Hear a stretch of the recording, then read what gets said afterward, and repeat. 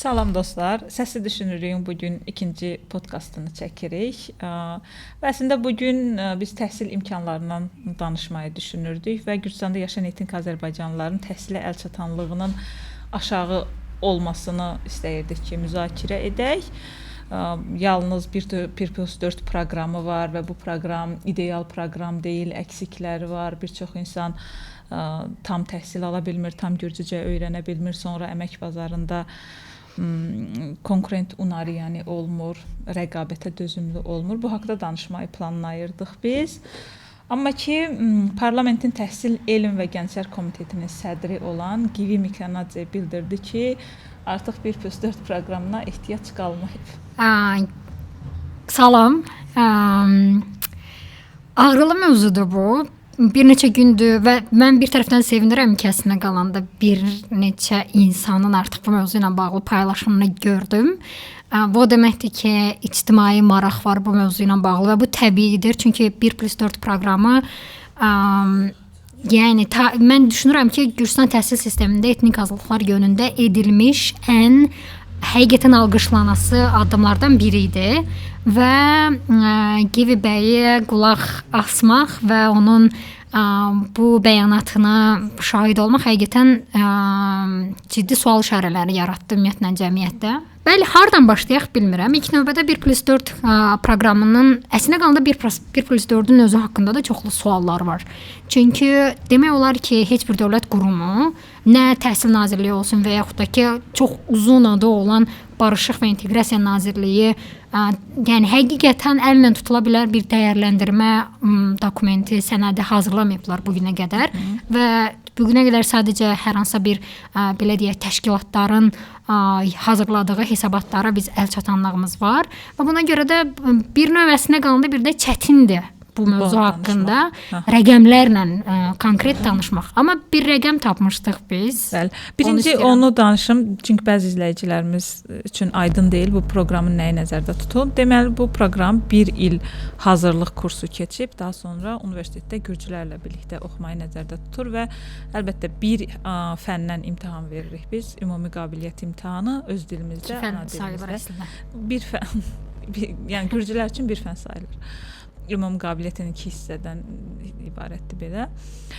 Və ondan sonra da artıq bir gürcü dilini öyrəndikdən sonra normal gürcülərlə birlikdə ali təhsilə başlayırıq. Və bu əslində şey sayılır da, şəğavat sayılır bu, yəni güzəşt sayılır. Çünki niyə güzəşt sayılır? Biz bir fəndən imtahan verdiyimizə görə və digər gürcülərin 3-4 fəndən imtahan verməsi və Givi Mikyanadze də onu deyir bir yerdə ki, bu deyir qeyri-bərabər vəziyyətə salır vətəndaşları, amma biz onu açıqlayacağıq ki, niyə bu belə deyil. Rəqəmdən danışanda biz bir statistikadan danışmaq istəyirəm və onu demək istəyirəm ki, bayaq Aytacın da dediyi kimi, əslində biz bu proqramın hər zaman inkişaf etməyinin, yəni etməli olduğunu bilirik, amma təəssüf ki, son zamanlarda ümumiyyətlə heç bir araşdırma aparılmır və bu hazırki araşdırmada biraz köhnə araşdırmadır, amma düşünürəm ki, nə isə hansısa reallığı bizi göstərməyə kömək edər. Bu 2014-dən 2017-ci qədər 17-yə qədər olan tələbələrin sayıdır və o periodda bəli proqram yeni idi, düzdür. Ona görə də dediyim kimi bunu çox belə ümumiləşdirə bilmərik, amma düşünürəm ki, hansısa belə böyük şəkil görməyimizdə kömək edər. Deməli, bu statistikaya görə illik universitet bitirən sayı deyək ki, 2017-də ən yaxşı vəziyyətdə 17%-dir. Yəni qəbul olan tələbənin 17,8-i universitet bitiribdi vaxtında. Deməli 160, daha doğrusu 897 nəfər universitetə qəbul olur və yalnız o il, yəni 5 il standartda 160 nəfər qəbul olur. Təəssüf biz sonra bilmirik ki, məsələn, bu 897-dən neçə nəfəri bir semestri artıb, 2 semestri artıb, bu haqda məlumatımız yoxdur. Statistika, yəni bu araşdırma bizə bunu vermir, sadəcə bunu verir. Ondan əvvəlki ili baxaq, ondan daha 2012-ci ildə qəbul olan tələbələrdən deyək ki 590 nəfər universitetə qəbul olubsa, buradan sadəcə 98 nəfər universiteti bitirib. Bu da 16,6% eləyir. Ondan əvvəlki rəqəmlər daha pisdir. Sadəcə biz buna danışmaq istəmirik, çünki onda proqram 2010-cu ildə filan proqram yeni olduğu üçün o ilk əlin günahı olmaz deyirlər. Ona görə də onları saymırıq. Yəni onu demək istəyirəm ki, bu gün belə söhbət haraya gətirmək istəyirəm. Bu gün belə biz bu proqramla, yəni 1 il hazırlıq keçərək universiteti bitirə bilmirik.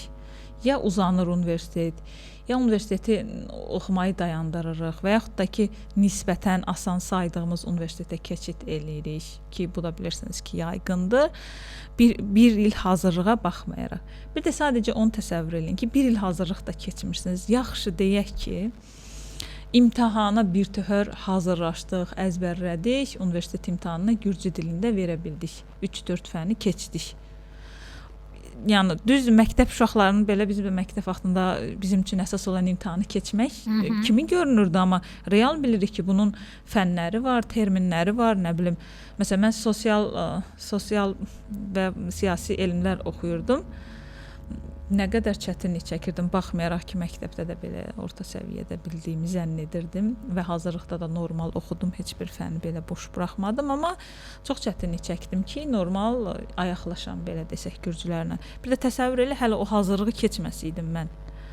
Nə qədər çətin olardı və ola bilsin ki, universiteti bitirə bilməzdim. Və hazırlıq əslinə qalanda bir də belə bir mövzu var ki, əslinə qalanda hazırlığın bu 1 ili hər universitet, ümumiyyətlə sistem budur ki, hər universitetin özünün öz proqramı var. Və bu o ümumi proqramın olmamağı bir tərəfdən onu ölçmək hansı daha, yəni ümumiləşdirilmiş bir metodun olmadığını göstərir Təhsil Nazirliyinin. Bunun özü də ciddi problemdir, çünki ümumiyyətlə universitet tələbələri ilə söhbət edərkən və hal-hazırda biz bir araşdırma üzərində işləyirik və orada misal üçün onu görürük ki, İlyada oxuyan uşaqlar deyirlər ki, okey, bu 1 ilin içərisində yetərincə yaxşı gürcü dili keçirilir, amma Tiflis Dövlət Universiteti və yaxud digər universitetlərdə oxuyan tələbələr o 1 ilin içərisində yetərincə gürcü dili səviyyəsinə gəlib çatmırlar. Yetərli səviyyə dedikdə ümumiyyətlə hər universitet götürdüyü tələbəni elə bil ki, təxmini B1, B2 səviyyəsinə çıxartmalıdır. B1, B2 səviyyəsi, yəni normal özünü ifadə edə biləcək səviyyədir və bu səviyyədə olmayan həqiqətən digər universitetlərdə biz onu görürük ki, tələbələr hətta özünü ifadə edə bilməyəcək səviyyədə ola-ola belə deyək, sertifikat verir universitet. Çünki hər hansı bir səviyyə dəyişikliyinə səbəb ola bilmir həmin tələbədə və ondan sonra həmin tələbə suya buraxılmış o, daha doğrusu sudan çıxmış balıq kimi davam eləməlidir normal bakalavr təhsilinə, hansı ki, içərisi, yəni akademik həyat həqiqətən belə asan deyil də. Məsələn, mənim ətrafımda çox gənc var, deyir ki, işə başlamaq istəyirəm, deyirəm ki, niyə daha universitetə deyir, dil vermək istəyirəm. Oradan çox adam... Sparda işləyən uşaqlar, mənim özüm, misal üçün, 2-ci kursda olanda getdim işə başlamağa və baxmayaraq ki, misal üçün, mənim ailəm ciddi qarşı idi, bir də həmin dövrlər daha belə az idi tələbələrin işləmək məsələsi. Ailəmə qoyduğum argument və özümə qoyduğum argument, çünki həqiqətən o idi ki, mən istəyirəm ki, dilimi inkişaf elətdirim. Niyə? Çünki universitet sənə o imkanı vermir. Bundan əlavə də bu mənim üçün bir tərəfdən yeni bir məlumatdır ki, misal universitet tələbələri, hazırlıqda oxuyan tələbələr hazırlığa pul verib gürcü dili öyrənə əlavə olaraq hazırlığın imtahanını keçmək üçün əlavə müəllim tutmaq məcburiyyətində qalırlar. Yəni nə dərəcədə və bunun adı, bu proqramın adı güzəşt proqramı qoyulub. Pardon, niyə güzəşt deyirsən sən o proqrama? Nə vaxt ki sənin özün bu proqramla deyirsən ki, əzizim, 12 il mən sənə bu dili öyrədə bilmədim və üzürlü say bu şeyə görə indi gəl sənə mən bir proqram verirəm və bura qəbul ol və buradan sonra sənin akademik həyatın olsun və ali təhsil al. Amma burada da şey edilir ki, biznes dilinlə danışır, vətəndaşınla, öz vətəndaşına bu sistem öz dövlət dilini ödəmək üçün pul ödəyir. Ödədir daha doğrusu. Və pul ödətmək üçün də məsələn grant məsələsi də burada davam elə. Bunun özü də çox maraqlı mövzudur. Deməli, buradakı iki məsələ haqqında danışmaq istəyirəm. Birincisi odur ki, əvvəllər sadəcə 100 nəfərin maliyyəsi ödənirdi. İlk 100 ilk 100 Azərbaycanın, ilk 100 erməninin və deyək ki, ortalama bir gürcü dilli gəncin qrant almaq ehtimalı məsələ deyək ki 30%-dir. Eləmi? Əgər bizdən də 300 nəfər imtahan verirdisə, bizim də 30% idi və yaxud da proqram ilk başlayanda daha yüksək idi. Amma sonra bu rəqəm artır. İndi biz rəqəmlərdə sonra danışacağıq. İstəyirsən qısaca hər il neçə nəfər tapır? Hər il əslində 2010-cu ildə belə deyək 178 nəfər idi. Ortada artış gedir. Hər il demək olar ki 100 artır və hal-hazırda 2024-cü ildə 1132 nəfər etnik Azərbaycanlı sadəcə tələbə universitetə 1+4 proqramı ilə universitetə qəbul olubdur və təxminən bunun yarısından biraz çox da erməni. Və burada da əlavə olaraq bir qeyri-bərabər vəziyyətlədir. Deməli, bu say artıq 1000-ə gəlib çatanda sənin qrant almaq ehtimalın olur 1/10. Yəni sonra artanda 1100 işte 11/1 belə. Yəni nəticə olaraq da ki, dediyim kimi gürcü şagirdin, tələbənin qrant almaq ehtimalı daha yüksəkdirsə, bizim qrant almaq ehtimalımız daha da aşağı düşür say artdıqca. Balda yüksəlir belə. Sonra biraz etirazlar, haqq hesablar filan fəsməkən bu rəqəm çıxartdılar 200-ə. 200 nəfər artıq 5də 1 təxmini 5də 6da 1 şansımız var qrant almaq. Mənə görə bu o vaxt ədalətli olardı ki, bəlli bir məsəl üçün deyək ki 200 nəfər maliyyələşir, saya uyğun mütənasib bir şey olsaydı, deyək ki, məsələn 500 nəfər olanda onun 100-ü, 1000 nəfər olanda onun 200-ü, 1500 olanda onun 300-ü ki, faiz heç zaman qaçmasın və yaxud da ki, sadəcə bəlli bir bal olsaydı ki, bu balı keçsən, pulsuz alırsan, düşünürəm ki, bu sistem daha ədalətli olardı. Nəinki bu cür belə sayın artıb azalmasına baxmayaraq sadəcə ilk 100-lük, 200-lük. Və digər məsələ odur ki, burada proqramlar var, güzəşt proqramları. Məsəl üçün pulsuz proqramlar var. Deyək ki, dövlət görür ki, işte məsələn coğrafiya müəllimləri azdır. Ölkədə heç kim coğrafiya oxumaq istəmir. Götürür o proqramı pulsuz eləyir və insanlar da gedir onu oxuyurlar, sonra artıq məktəbdə işə düzəlirlər. Bununla o əksik tamamlanmış olur. Amma biz 1+4 proqramının adı güzəşt proqramı olduğuna görə yalnız bir güzəştdən faydalana bilirik və o digər ikinci güzəştdən, yəni o pulsuz proqramlardan təəssüflər olsun ki, 1+4 proqramı iştirakçıları faydalana bilmir. Bunun özündə çox böyük ədalətsizlik olduğunu düşünürəm. Əksinə mən belə fikirləşirəm ki, onu da arqument gətirəcəm. Biraz uzun məsələdir, amma düşünürəm ki, bunu danışmalıyıq.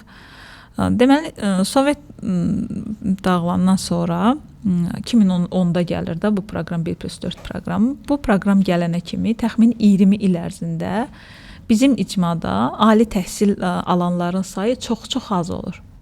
Sadəcə elitlər ali təhsil ala bilirdi də. Yəqin ki, mən yaşdakılar, məndən böyüklər bunu təsdiqləyərlər ki, məsələn, bir məktəbdən 1-2 uşaq qəbul olurdu Azərbaycanda oxumağa, mənim kəndimdə, çünki bizdə gürcü dili səviyyəsi çox aşağı idi. Çünki məktəb Azərbaycancadır və universitet gürcücədir. Biz də nə edə bilərdi? Yalnız Azərbaycana gedə bilərdik. Azərbaycana kim gedə bilərdi? Birincisi, onunla əlaqəsi var idi. Kitab gətirə bilib universitetə hazırlaşırdı. Çünki bu universitetə hazırlıq kitabları məktəbdə yox idi. Əlavə ayrı dərsliklər idi.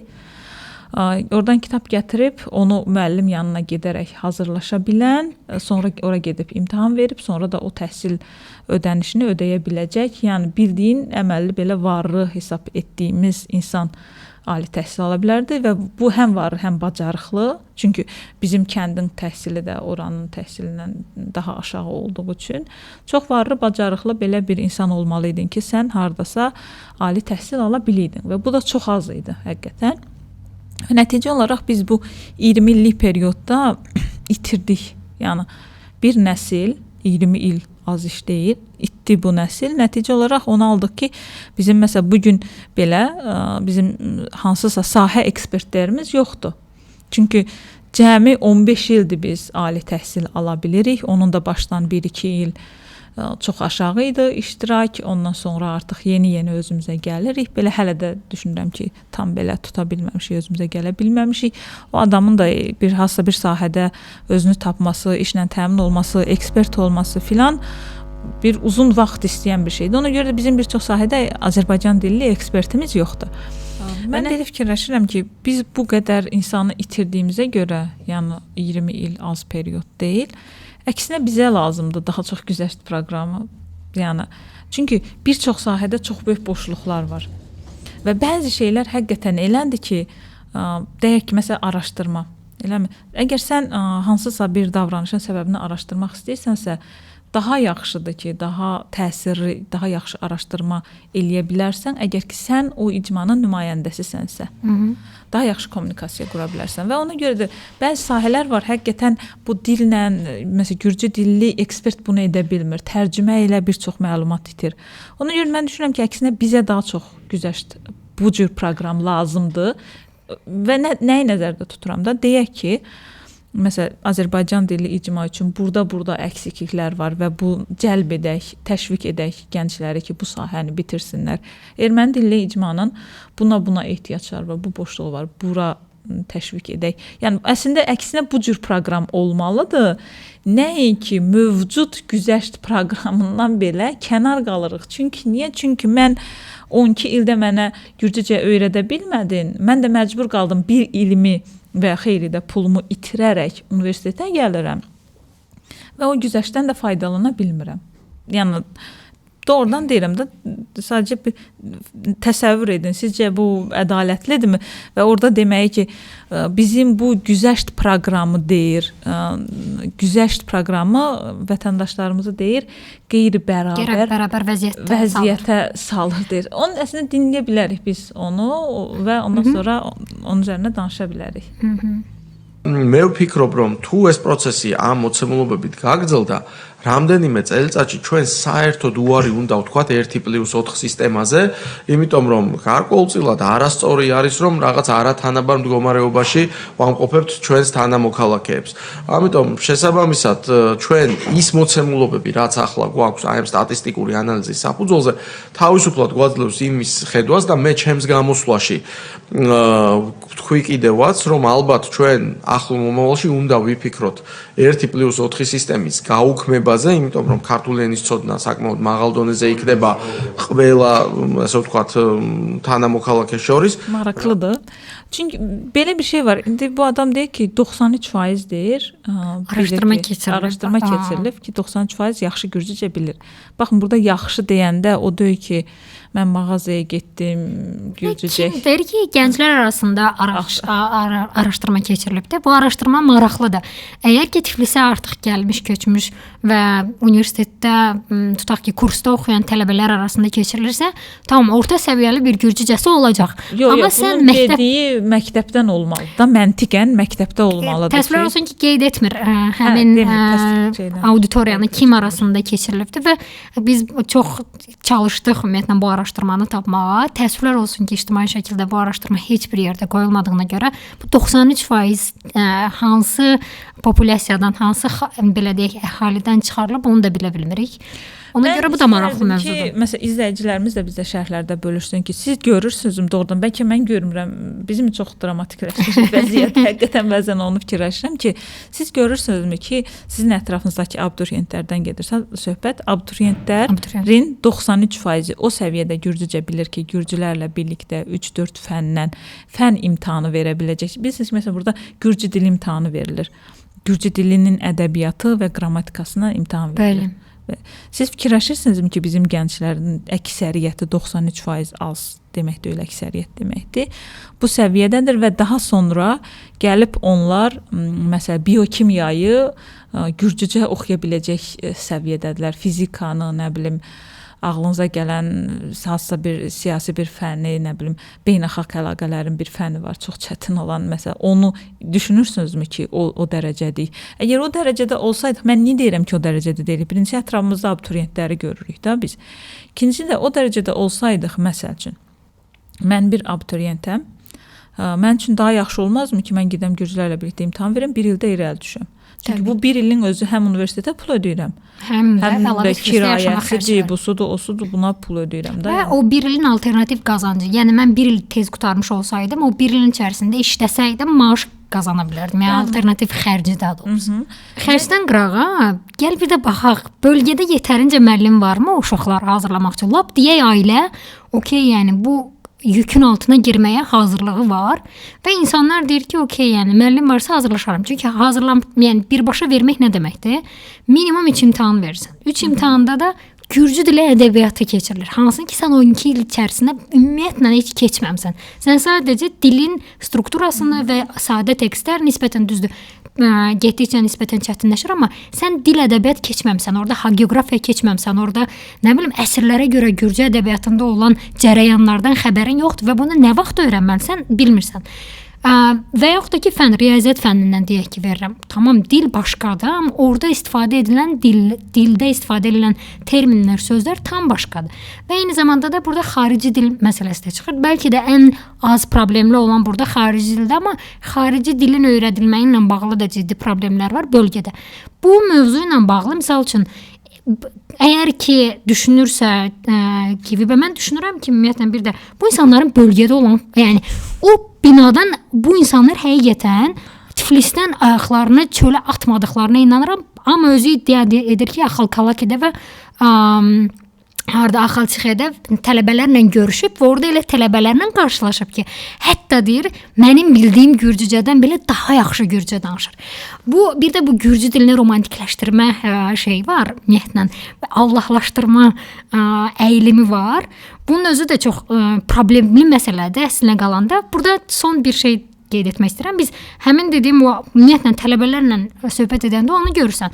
Bir Qardabanlının tutaq ki, və yaxud da bir Rustovidə yaşayan və yaxud da hətta bir Marneolda yaşayan bir abituriyentin bu müəllimlərə və bu imkanlara hazırlaşmaq üçün əl çatanlığı Bolnislə Dmanistdə eyni deyil. Dmanistdə ümumiyyətlə, yəni insanlar hətta o 2 imtahan dedikləri riyaziyyat və məntiq üçün hazırlığa belə müəllim tapa bilmirlər və Dmanistdən el basa-basa bizimkilər demiş, Marneoliyə gəlirlər hazırlaşmağa. Nədən gedə bilər burada söhbət? Hansı artıq hər şey okeydir, biz artıq cənnətdə yaşayırıq, illüziyası yaratmaqdan gedə bilər? Mənə biraz şübhə yaradır. Son bir mənim hal-hazırda biz bayaq müzakirə edəndə də ümumiyyətlə maraqlıdır ki, bu görülüş zamanı ilk söhbət nədən gedirdi? Gürcüstanda yeni qanun qəbul edildi və bu qanun istənilən fakültə üçün 2 semestr ərzində Gürcü dilinin öyrədilməsinin məcburiyyətini gətirəcək. Yəni fərqi yoxdur hansı fakültədəsən, 2 semestr məcbur fənn olaraq Gürcə keçəcəksən və burada onu danışırlar ki, biz keçən hakimiyyətin etdiyi bu böyük dramatik səhvi nəhayət ki düzəldirik. Bunu çox yaxşı şəkildə edirik. Birincisi bunu etməli edirdinsə, səhv olaraq görürdünüz. 13 ilin içərisində sən hardaydın ki, indi yadına düşdü.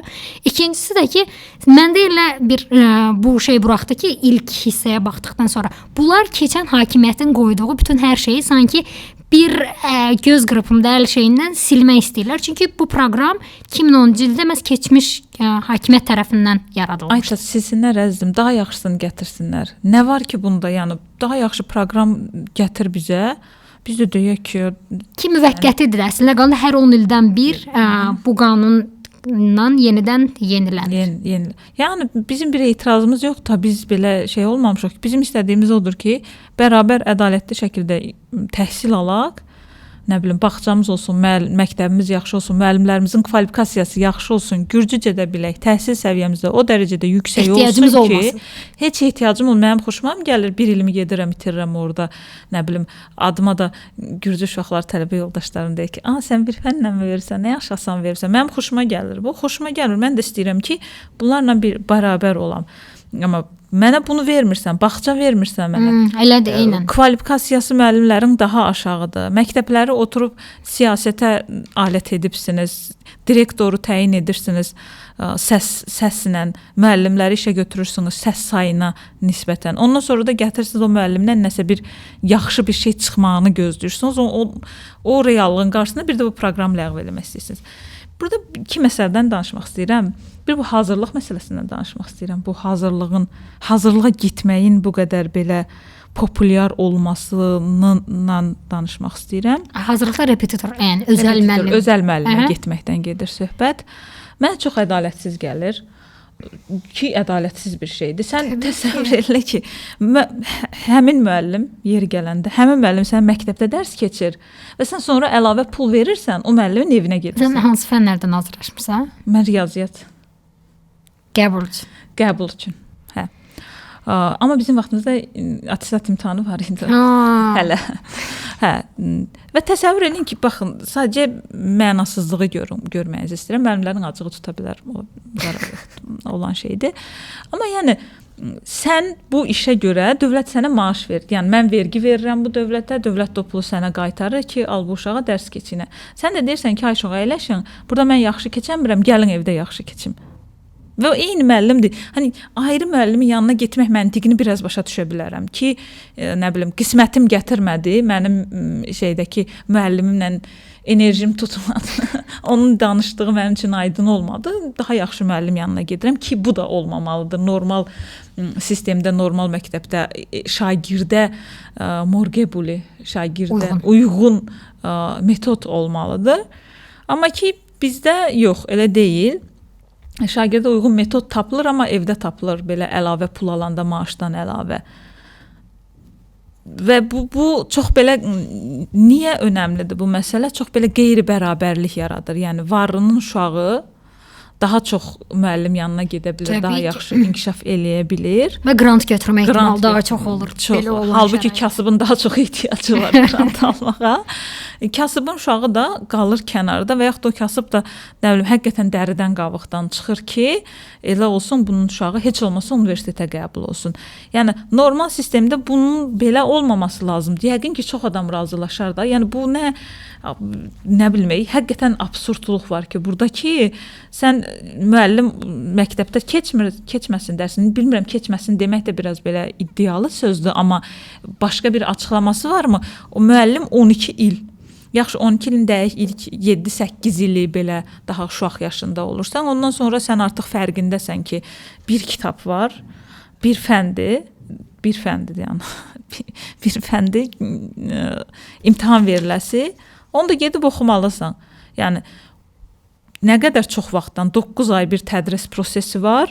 9 ayı vur nə bilim 4 ilə 9-cu sinifdən başlasaq 9, 10, 11, 12. 9 ay var 4 ilə riyaziyyatın da nə bilim həftədə neçə gün keçildiyini hesablayaq. Nə qədər çox vaxtın var ki, sən universitetə hazırlaşa biləsən və sən hazırlaşa bilmirsən, o müəllim sana orada o şeyi verə bilmir, amma gedirsən evdə nədənsə 1 ilə 2 ilə asanca hazırlaşırsan, yaxşı ballar alırsan. Çox belə bilmirəm, mənə düşünürəm ki, bu məsələ mütləq tənzimlənməlidir gələcəkdə. Düzdür, belə sərt regulasiyaların tərəfdarı deyilik adətən, amma bəzi məsələlər var ki, əslində burada sərt regulasiyadan da söhbət getmir də. Söhbət ondan gedə bilər ki, ola bilsin bunu birbaşa qadağan eləməyəsən, amma yaxşı təhsil olduqda heç kim ehtiyac görməz buna və bununla birlikdə özü təbii şəkildə bu belə repetitora getmək söhbəti biraz səngiyə bilər.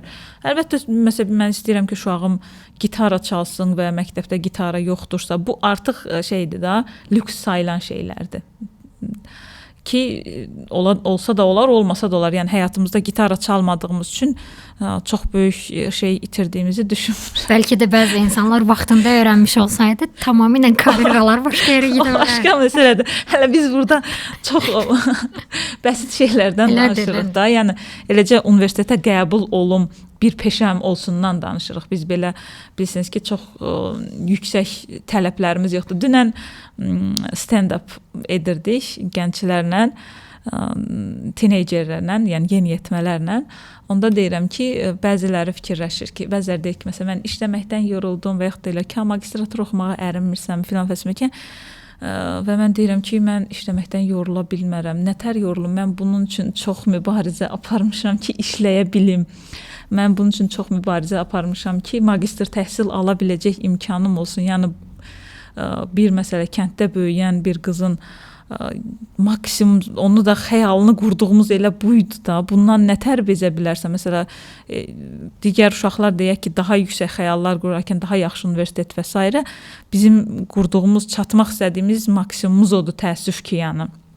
Ki elə olsun ki, universitet oxuyaq, elə olsun ki, bir peşəmiz olsun, işləyə bilək, həyatda qala bilək də. Yəni ona görə də belə digər, nə bilim, gitarada çalım, yaxşı rəqsdə eləyim, yaxşı digər bacarıqlarını inkişaf edin. Təəssüf ki, fikirləşə bilmirik. Bu əslinə qalanda sonradan necə təsir eləyir? Məsəl üçün biz məktəbdə ki, bizim demək olar ki, məktəblərin heç birində dərsdən əlavə də hər hansı bir imkan yoxdur da. Yəni dediyin kimi, hətta bəzi məktəblər var, hansılar ki, başımıza uçur və buna görə bəzi kəndlərin məktəbləri indi ümumiyyətlə bağlı vəziyyətdədir.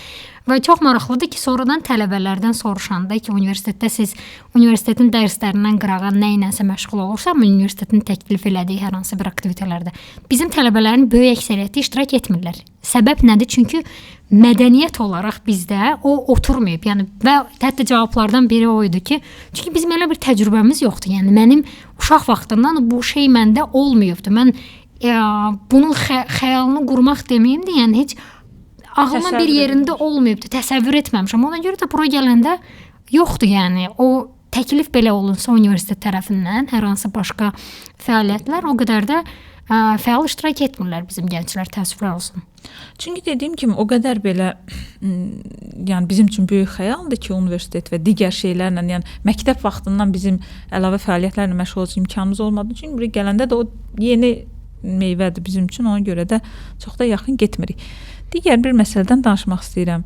Təəssüf ki, Gürcüstanda bir çox insan, cəmiyyət düşünür ki, bəzən bizim özümüz də o səhifə düşürük, nələrdənsə danışanda dilə o qədər konsantrə oluruq ki, dili öyrənək. Elə bilirik ki, dil öyrənəndə, kütləvi şəkildə dil öyrənsək, bütün digər problemlər həll olacaq. Nə bilim, bugün deyək ki, səsimiz çıxmır, qərar vermədə deyək ki, iştirak edə bilmirik. Elə bilirik ki, o məsələ düzələcək, inteqrasiya məsələmiz inteqrasiya olacaq, cəmiyyət bizi qəbul edəcək, heç bir diskriminasiya olmayacaq. Nə bilim, bir çox belə xəyallarımız var və Gürcü icmasından da davamlı əksəriyyətini də bilmərəm, amma belə çoxundan eşidirik bunu ki, əsas problem dil problemidir, elə deyilmi? Ki, dil problemi həll olsa biz inteqrasiyamız da yaxşı olar, əlaqələrimiz də yaxşı olar, yaxşı iş taparsınız, yaxşı bir həyatınız olar. Mən düşünürəm ki, çox yanlış bir gözlənti olardı bütün elə bir ki, aksenti buna etməyimiz. Çünki məsələn mənim vaxtımda, mən universitetə qəbul olanda elə bir ki, o vaxtda çox müzakirə olunurdu, bu aktivizm falan yeni oyanırdı. Azərbaycanlıların aktivizmi. Onda tez-tez müzakirə olunurdu ki, biz ictimai sektorda, dövlət sektorunda niyə işlə təmin ola bilmirik? Onda ən böyük cavab o idi ki, çünki Gürcü dili bilmirik. Və istər-istəməz gözlənti var idi ki, indi bu nəsil universiteti bitirəcək, Gürcücə biləcək və dövlət sektorunda işlə təmin olacaq. Burada dövlət sektorunda işlə təmin olmaq niyə əhəmiyyətlidir? Çünki dövlət sektorunda verilir dostlar qərar. Yəni sənin nə bilim həyatının necə olacağı, təhsilinin necə təhsil alacağın, hansı proqramla qəbul olacağın, olub-olmayacağın və s. bir çox məsələlər, yəni bizim həyatımıza aid bir çox məsələlər dövlət tərəfindən qərar verilir. Ona görə də bizim orada olmağımız çox vacibdir. Yəni bu həyatidir ki, mən orada olum, görüm mən haqqda nə qərar verirlər. Mən də deyim ki, mənə bu xeyir eləmir. İctimai olaraq, ümumi icmaya bu xeyir eləmir, bu daha yaxşıdır və belə qərar vermir. Çünki mənim nəyə ehtiyacım olduğunu məndən yaxşı kimsə bilə bilməz. Yəni, heç bir kənardan baxan, heç bir o belə parlaq ayaqqabı geyinib, belə sementin, asfaltın üstündə gəzən, Chanel çanta işlədən, niyə bunu deyirəm? Çünki keçmiş Təhsil Elm Naziri, Elm Komitetinin sədri belə bahalı bir Chanel çantası var idi. İndi Barışıq nazirimiz də elədi, narahat. Heç bir Chanel çanta gəzdirən mənim nəyə ehtiyacım olduğunu məndən daha yaxşı bilə bilməz. Ona görə orada olmalıyıq, ona görə dövlət sektorunda işləmək bizim üçün vacib idi və biz fikirləşmişdik ki, elə olacaq ki, heç olmasa bir neçə adam, bacarıqlılar orada işlə təmin olacaqdır və bizim vəziyyətimiz biraz daha yaxşılaşacaqdır. İndi bilirsiniz, hər il məsələn, Aytaç bayaq dedi, nə qədər uşaq universitetə qəbul olur, gənc universitetə qəbul olur. Onu da deyək ki, o vaxtı mən bayaq dedim 17%-dir, indi də artmış olsun, 40% olsun, 50%, 60% bitirir universiteti. Yəni yüksək rəqəmlərdir da bunlar. Amma yenə də bizim inteqrasiyamız çox da elə sürətlənmir, çiçəklənmir və dövlət sektorunda da işlə təmin ola bilmir və qərar vermədə iştirak edə bilmirik. Məsələn, dövlət sektorunda kim işlə təmin olur, Aytaç, soruşuram sənə. Kim görübsən axır vaxtlarda? Mən bir neçə nəfər görmüşəm. Bizimkilərdən. Mən də bir neçə nəfər görmüşəm. Nə hansı xüsusiyyətlərinə görə? Hə. Siyasi xüsusiyyətlərinə Təbii ki, siyasi görüşlərinə görə, bir də bəzilərinin bilirəm ki, yaxınları olduğuna görə. O da şeydir. Yəni ya seçkidə çox yaxşı aktivlik eləməlisən, ya da ki, yaxınlarına görə işlə təmin olunur. Yəni onu deyirəm ki, və burada bir çox şeydən danışa bilərik. Yəni bu gözlənti ki, biz dili bilmirik deyə bizə ikinci dərəcəli baxırlar, nə bilim, daha kasıbıq, bağçamız yoxdur, məktəbdə təhsil keyfiyyətimiz aşağıdır, nə bilim, hüquqlarımız tapdalanır, bizi adam yerinə qoymurlar. Mənim özüm hiss etdiyimdən gedir söhbət. Və biz elə bilirik ki, gürcü dilini biləndə hamısı düzələcək, düzəlmir. Elədir. Çünki məsələ özümüz də ki, sən gürcücə bilirik normal səviyyədə və məsələ diskriminasiya qurbanı olmuruq mu küçədə? Yəni o sözlərdən, o yanaşmadan bəzən hiss edirsən ki, nəsə fərqli baxış var. Nəsibimizi alırıq bəzən. O insanlar hansılar ki, bütün bunların fərqindədir və o nöqtəyə gəlməsinə icazə vermir. Məsəl üçün, haqqını, hüququnu qoruya bilən insanlar. Mən təsəvvür edə bilmirəm ki, digər insanlarda necə hadisələr baş verir. Yəni onu demək istəyirəm ki, bizim problemlərimiz çoxdur. Belə nətərdən belə ümumi cümlə oldu. Onlardan biri də dil məsələsidir. Amma mən düşünmürəm ki, dil bilərək açardı. Dili biləcəyik, dəhşət, yəni çox belə gözəl bir ölkədə yaşayacaq. Bunun bir digər tərəfi də var. Ümumiyyətlə dövlət tərəfindən davamlı belə bir şey eşidirik ki, işte məsələn bizim tələb etdiyimiz tərcümə servisi ki, maraqlıdır. Deməli ki, bələdiyyələrdə heç olmasa tərcüməçi olsun, heç olmasa bələdiyyələrdə ki, mənə görə sosial agentliklərdə də mütləqdir, vacibdir. Bəli. Yəni ən az bələdiyyə qədər önəmli yerdir sosial agentliklər. Orada birdən tərcüməçi olmalıdır, hardakı Azərbaycanlılar, ermənilər və yaxud da başqa balaca qruplar yaşayırsa. Və çox maraqlıdır ki, qanun buna icazə verir. Orqanlı qanun buna icazə verir. Deyir ki, əgər hardasa buna ehtiyac varsa, sən bunu edə bilərsən. Onu da biraz belə hayla harayla yazıblar oraya, elə öz başına getməyib o cümlə. Amma sadəcə yazıblar orada qalıb. Amma yazıblar orada qalıbdı. İndi bunlar deyirlər ki, məsələn, adi belə bir dostunla söhbət edirsən, deyirsən ki, belə bir şey tələb edirik. Deyirlər ki, gürcü dilini öyrənmisən. Bir də absurd bir şəkildə deyirlər ki, əgər belə bir şey olsa, insanlarda motivasiya öləcək gürcü dilini öyrənmək üçün. Siz təsəvvür edin, mənim atam 60 yaşındadır. Atam əslində gürcücə öyrənmək istəyir. Amma tərcüməçi var deyən deyir ki, tərcüməçi var. Dəftəri o gün əlinə yerə qoydu ki, tərcüməçi var qızım, mən daha məktəbə getməyəcəm, kursa getməyəcəm.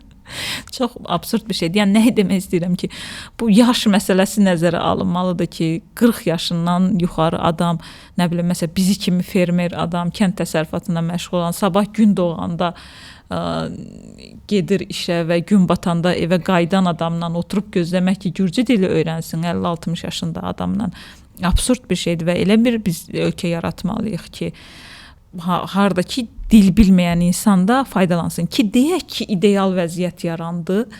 Deyək ki, çox super bağçamız var, çox belə məktəbimiz superdir. Onu da bəlli bir, yəni vaxt lazımdır buna və onu da bir qrup qalacaq qıraqda, hansı ki öyrənə bilmədi, nə bilim, motivasiyası yetmədi, həvəsi yetmədi, məktəbə gedə bilmədi, o periodda Azərbaycanda oldu, Türkiyədə oldu və yaxud da atası, anası, nə bilim, fermadaydı, binədəydi, apardı, məktəbdən kənar qaldı. Yəni bu insanlar hər zaman deməyim, amma bəlli bir müddət var olacaq. Yəni bütün bunları görməzdən gəlir bizim hazırki hökumətimiz, idarəçimiz və o da yetmirmiş kimi mövcud bir dənə işləyən proqram var. Ona da deyirlər ki, belə burada dediyin kimi, məktəb vaxtında əvvəllər neçə 9, 10, 11-ci illərdə yadıma düşür ki, məktəblərdə gürcü dilinə xüsusilə diqqət həqiqətən var idi. Və məktəbdən əlavə biz pulsuz kurslar olurdu. Həftədə 3 dəfə, 4 dəfə, bəlkə hər yerdə yox idi, amma ən azından yavaş-yavaş çoxalmağa doğru gedirdi. Mən öz bölgəmizdən deyə bilərəm, bunu öz təcrübəmizdən irəli gələrək. Bir proqram yox, hətta elə oldu ki, eyni vaxtda 2 dənə önəmli proqram həyata keçirilməyə başladı və bu proqramlar içərisində biz gürcü dilini həqiqətən mən öz sinifimdə, hətta irəlidə ali təhsil almaq istəməyən gənclərin belə gürcü dilini bəlli özünü ifadə edə biləcək səviyyədə öyrəndiyinə şahid olduq. Bu sistem bəlli bir şəkildə işləyirdi. Hal-hazırda həmin proqramların demək olar ki, hamısı qaldırılıbdı və indi bilingual təhsilə keçid başlanılıbdı. 298 məktəbin hardasa bir 10-15%-də hal-hazırda bilingual təhsil var və bu sistemi də hələ tam otuzdura bilmirlər. Gəh nəyi dəyişirlər, gəh nəyi dəyişmirlər. Ümumiyyətlə bir də çox maraqlı bir şeydir. Bu ilk dəfə mən bu məlumatı oxuyanda belə çox içimdə bir üsyan bayrağı qaldırmışdım. Yəni bir elə bil ki, araşdırma siçanı və yaxud siçovulu heyvanı kimi də üzərimizdə o qədər bir şeylər elədilər ki, keçən hakimiyyətdən bu günə nəyisə güya ki yoxlayırlar, amma əslinə qalanda heç yoxlamırlar və bu təzə şeyləri yoxlayaraqdan hər dəfəsində daha da səviyyəni aşağı salırlar. O qədər qarma-qarışıq bir şey gətirib çıxarırlar və o qədər mənasız, yəni o qədər inkişaf getmir ki, bu gün belə tələbələr eyni problemlərlə abituriyentləri götürək. Eyni problemlərlə danışırlar. Hansı problemləri ki, mən 10 il bundan əvvəl danışırdım. Hələ də imtahan suallarının düzgün tərcümə olunmadığı haqqında tələbələrdə belə bir ciddi bir protest, bir narazıçılıq var. Yəni sən hələ bunu imtahanı həll edə bilməmisən, əzizim, dön bir bax, yəni özünün əlində olan imkanlara. Və bütün bunlardan sonra bir də ümumiyyətlə Gürcüstanda sistem necədir? Ümumi təhsil planı deyə bir şey, hər 4 ildən bir təhsil planı dəyişdirilir və update, yəni ki, təkmilləşir. Hər proqram 4 ildən bir yeniləşir. Və təsəvvür edin, ümumiyyətlə Gürcüstan hazırda 8 ya da 9-cu planındadır. Biz etnik Azərbaycan məktəbləri həmişə bu plandan ən azı 2-3 plan geridən gəlirik. Yəni gürcü tələbə şagirdə misal üçün artıq 9-cu şeydə olanda etapda biz hələ 6-da 5-də nəsə etməyə çalışırıq. Və mən bunu öz təcrübəmdə harda hiss eləmişdim? Olimpiyadaya getmişdik bizdə və çox maraqlıdır. Məsəl üçün biz gürcü dilindən danışırıq, amma digər fənlər çox vaxt qıraqda qalır. Bir dənə belə siz Azərbaycan dilli tələbə şagird tapa bilməzsiniz, hansı ki, olimpiyadada ölkəni təmsil edəcək səviyyədə bizim məktəblərdən çıxmış bir şagird olar. Niyə? Sual yaranır. Yəni sən bu insanlara o təhsili demək ki, verə bilmirsən. Olimpiyadada getdim, sual çıxıbdı. Üzünə baxdım sualın, mən burada yazılan heç bir şey tanış deyil. Və mənim əmim oğlu gürcü məktəbinə gedirdi və məndə bir xasiyyət vardı, insanların kitablarını oğurlayıb yığıb sonradan oxumaq kimi. Həmin sinifi keçdikdən sonra əmim oğlunun mən kitabını gətirəndə həmin kitab 8-ci sinifin kitabı, yox 9-cu sinifin kitabında həmin mövzunun verildiyini gördüm. Və belə qalmışdım ki, wow. Yəni nə qədər böyük ədalətsizlik olur əslində qalanda digər mövzularda da. Biz onu da gördük. Yəni mən məsələn öz nümunəmdə gördüm. Mən baxmayaraq ki, kurs yoldaşlarımdan 1 yaş böyük oluram, çünki mən 1 il hazırlıq oxumuşdum. Mən gəldim və deməli mənim fakültetimdəki insanların belə hamısı da Tiflisdən gəlmə deyildi, regionlardan gəlmələri də var idi. Fakt idi ki, yəni gözə görə ki, və bu arada onu da deyim ki, mən məktəbdə yaxşı oxuyan şagird sayılırdım. Yəni onu deyim ki, belə məktəbdə də heç oxumamışam, bircə riyaziyyata hazırlaşıb universitetə qəbul haqqında fikirləşmişəm. Yox, nə baş verirdisə, nəsə bir haqq hesab var idisə, hamısını öyrənməyə çalışırdım. Mən gəldim, gördüm ki, sosial elmlərdə oxuyanda heç dəlisən, bunlar nədən danışırlar? Mənim heç bir fikrim yoxdur bunların danışdıqları məsələlər haqqında. Yəni yaxşı, bunu bir fəndə deyək ki, bunu hiss edirdim, yox. Bütün fənlərdə bircə fənim var idi riyaziyyatla bağlı, logika adında, məntiq adında. Bircə o fəndə tuta bilirdim mövzuyu, çünki ona oxşar universitetə hazırlıqda onun üzərində xeyli işləmişdim. Bircə onda mövzuyu tuta bilirdim ki, söhbət nədən gedir. Digər fənlərdə heç bir fikrim yox idi ki, burada söhbət nədən gedir. və hamısı lektor bir şey deyirdi, hamısı da bir fikir bildirirdi. Biz- Nəsə bir fikri var, hə, bilirəm belə. Mən də onun falan şeyindən nəsə bir cümlə gətirirdi, o biri kurs yoldaşım, o biri belə. Qalırdım ki, belə və bu hiss yəni mənə aid deyil. Bir çox məsələ. Bir çox, hə. Hə, bir çox insanda bu şey var ki, bu tərəfdə nələrsə öyrədilir. Düzdür, məsələn, gürcü dostlarımızdan danışanda onlar deyir ki, bizim təhsil sistemimizdə də ciddi problemlər var. Ümumi Gürcüstan təhsil problemi həqiqətən çox bir işə yaramır. Hə, qatılıram ona, amma yəni bu bir işə yaramazın içində bizimki heç bir işə yaramır, Hə, yəni həqiqətən. elədir. Ondan sonra gəlirik biz. Deməli, nə ilə üzləşirsən də, sən birinci kursa başlayanda, gürcü dil səviyyən aşağıdır, onunla üzləşirsən. Onu şey eləməyə çalışdım. Mən məsələn yadımdadır leksikonla, lüğətlə belə sözün şeydə belə kitabın üstə yazırdım. Bu söz bu deməkdir, bu söz bu deməkdir filan fəsməkən. Bir onunla oynayırıq ki, hələ bir sözlər tərcümə edib buradan bir şey çıxarda bilək. Bir bütün bu fənlər, bütün bu elmlər bizim üçün yenidir. Onunla oynayırıq. Adaptasiya olmağa çalışırıq burdakı haqq hesablara, nə bilim, maddi borclarımız, haqq hesablarımız var.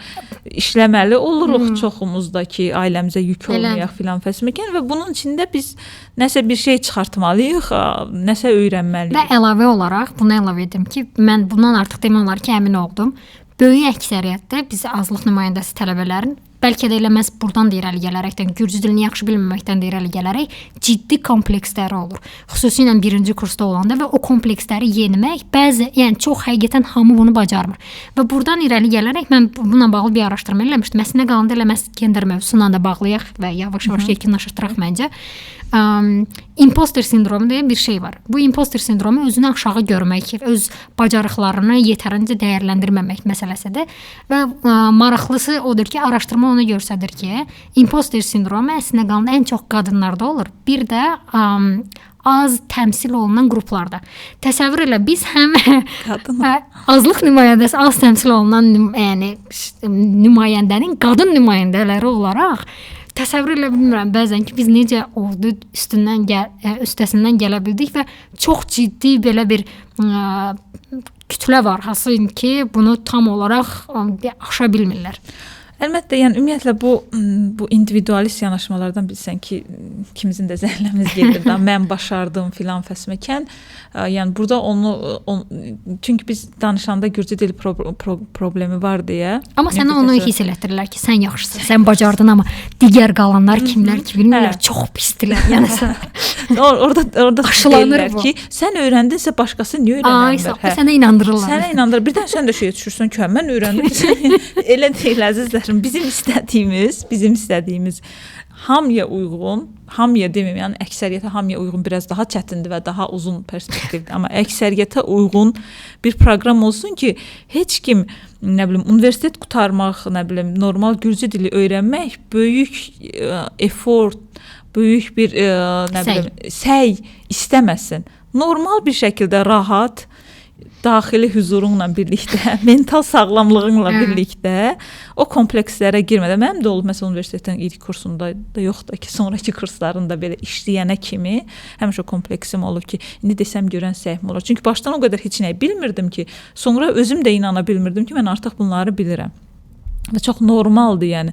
Və bizim oturub hamıdan gözləmək ki, ümumiyyətlə var da o düşüncə, sən başara bilərsən, onu şeyləməyimiz çox səif, çox belə egoist, çox belə şey yanaşma olar. Əksinə bizim istədiyimiz odur ki, hamının bacara biləcəyi, əksəriyyətin bacara biləcəyi bir sistem yaradın. Yəni, başlanğıc nöqtəmiz ola bilər illər lazımdır ki, eyni yerdən başlayaq, amma ən azından aradakı bu məsafə heç olmasa azalmalıdır ki, biz irəlidə 1+4-ün götürülməyindən danışa bilək. Bir də ümumiyyətlə 1+4-ün yaranmasından sonra təbiidir ki, gənclərin böyük bir qismi mərkəzə gəlmək imkanından faydalanaraq o qapalı çevrədən çıxmaq şansları da belə deyək, əldə etdilər və burada ən önəmli şansı daha çox, yəni ən az imkanı normalda o çevrədən çıxmaq qadınlar, qız uşaqlarının olur.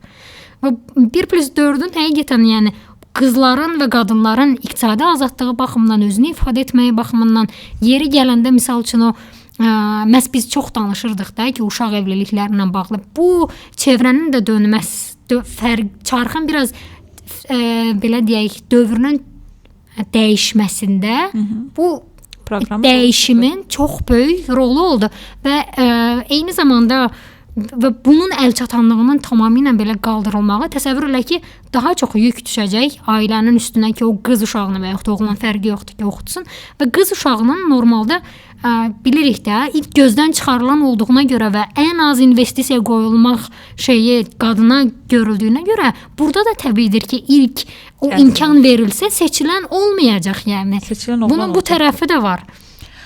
Və məhz son olaraq da məsəl üçün əgər ki, sən 3 imtahandan və yaxud 4 imtahandan üçün hazırlanmaq üçün biz deyirik ya, onun kəndində yoxdur axı o müəllim. Getməli olacaq mərkəzə, getməli olacaq, nə bilim, və daha çox müddətdə getməli olacaq.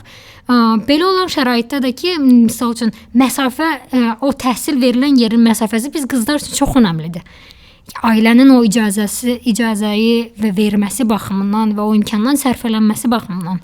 Tək məsafədən də getmir Aytaç söhbət. Deyək ki, məsələn bizim kənddən Badiya oraya oğlan yad birinin maşınla gedə bilər. Yəni, Amma qızlar o məsafədə onu nəzərdə kim icazə verər ki, sən yad birinin maşınla İctimai nəqliyyatın hələ də düzəməlli işləmədiyi bir kəndlərdən vəziyyətdən danışırıq. Yəni və bilmirəm, bunun statistikası yoxdur bunun, sadəcə müşahidə ilə deyə bilərəm ki, qızlar elə bil ki, bu proqramma daha çox uğurlu olurlar, daha çox bitirə bilirlər, ən azından mənim ətrafımda. Çünki haklısın. bu bizim üçün yeganə şansdır. Məsələn, bir oğlan gedib maşın alveri də eləyə bilər. Çox yaxşı, məndən də yaxşı, 5 qat yaxşı pul qazana bilər. Mağaza da aça bilər. Bir çox biznesə xaricdə çox rahat xaricdə işləyə bilər. Çox yaxşı pullar qazana bilər, amma bizim heç bir şansımız yoxdur.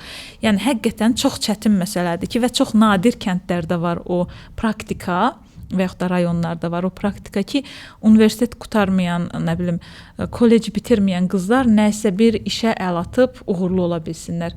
Yəni adətən daha çox qıraq kəndlərdə, məsələn mənim kəndim kimi, Dumanis kimi yerlərdə bizim yeganə pul qazana biləcəyimiz, özümüzü realizasiya edə biləcəyimiz tək şansımız universitet oxumaqdır. Universiteti oxuyacaqsansa, işləyə bilərsən, bəzən ona da icazə vermirlər, amma universiteti oxuya bilməyəcəksənsə, heç bir işləmək, özünü realizasiya etmək, uğurlu olmaq şansın yoxdur. Ona görə sənin dediyin əlbəttə doğrudur ki, əgər bu proqram bağlansa ki, icazə verməməliyik, ən çox yük yenə qadınlara düşəcək. Bununla mən istəyirəm ki, bugünkü podkastımızı artıq tamamlayaq. Bəli, bilirik ki, danışacaq mövzularımız çoxdur, amma sonrakı icazə verməməlik məsələsi çox önəmli idi. Əziz tələbələr, baxın, ölkədə olan vəziyyətlə bağlı çox belə səs çıxartmırsınız və bu çox ürək qırıcı bir vəziyyətdir. Tamam, bəzi şeyləri başa düşürük, haqq veririk. Çünki hardan gəldiyimizi hamımız çox yaxşı bilirik. Və nəylərdəsə bir ortaq şey olaraq o empatiyayı qura bilirsən. Bu mövzu ciddi şəkildə, və elə düşünməyin ki, mən artıq oxudum, bitirdim. Yəni qıraqda qalanlar vecimə deyil, xeyr. Bu mövzu bir də nəyə görə önəmlidir ki, artıq bu mövzu haqqında belə danışılmağa başlayıbsa, bu deməkdir ki, kulislərdə bu söhbət fırlanır. Bu söhbətin fırlanmağı özü təhlükəli vəziyyətdir. Və biz özümüz canımızı qurtardıq deyə qıraqda qalanların canı çıxsın prinsipindən həyatımıza davam eləsək, İnanın ki, bilmirəm, həqiqətən, yəni millət icma olaraq ciddi şəkildə belə geriyə getmə şeyi yaşayacağıq ki, bunu istəmirik məncə. Ona görə də bu mövzuda maksimum indidən lazımdır ki, öz mövqeyimizi qoyaq. İndidən lazımdır ki, səs çıxaraq ki, kulislərdəki o söhbət, indi hal-hazırda bu söhbətə onu çatırlar ki, görək cəmiyyət nə deyir. Yəni bəlli bir nəbz yoxlama şeydir mənə görə. O nəbzi atdırmalıyıq ki, oradan əllərini çəksinlər. Xahiş edirəm, özünüzə gəlin. Yəni, bu məsələ həqiqətən laqeydlik ediləcək bir məsələ deyil. Təbii ki. Yəni bütün bu nə bilim nəslin, icmanın həqiqətən taleyini həll edən bir proqram idi bu proqram. Dediyim kimi mən belə 1+4-dən belə çox kritikamız da var. Daha yaxşısını gətirsinlər. Biz də onu çox böyük məmnuniyyətlə yəni qəbul eləyərik. Amma yaxşı proqram deyəndə yəqin ki, ən yaxşı variant odur ki, bağçalarımız olsun, məktəbdə təhsil keyfiyyətimiz yüksək olsun. Amma ən azından 20 il, yəni lazımdır ki, o uşaq bağça tikilməlidir, o insan bağçaya getməlidir. Ondan sonra məktəb oxumalıdır, məktəb bitirməlidir və universitetdə rahat təhsil yəni rahat imtahan verə biləcək vəziyyətə gəlməlidir ki, bu proqramın ləğvi haqqında danışa bilsinlər. Amma bu etapda heç biri yoxdur, onun heç birinin də belə tüstüsü görünmür. Ona görə də düşünürəm ki, çox absurddur və hamı da bu haqqda danışmalıdır. Heç olmasa paylaşıb edə bilər. Gürcü dilində. Kimsə fikrimizi soruşanda sərt deməliyik ki, yox, biz bunu qəbul etmirik. Ən azından bu etapda, ən azından orada qeyd edilən 2-3 il içərisində biz bunu qəbul etmirik. Yəni 5-10 il içərisində düşünürəm ki, 5-10 il də çox tezdir. Bəli, bununla da bugünkü podkastımızı tamamlamaq istəyirəm. Siz də fikirlərinizi şərhlər qismində bizimlə bölüşə bilərsiniz. Eyni zamanda dediyim kimi, əgər danışılmasını istədiyiniz bir mövzu varsa, mütləq bizə yazın. Sağ olun, salamat qalın, mübariz qalın. Bəli, çox yaxşı idi. Salamat qalın, mübariz qalın.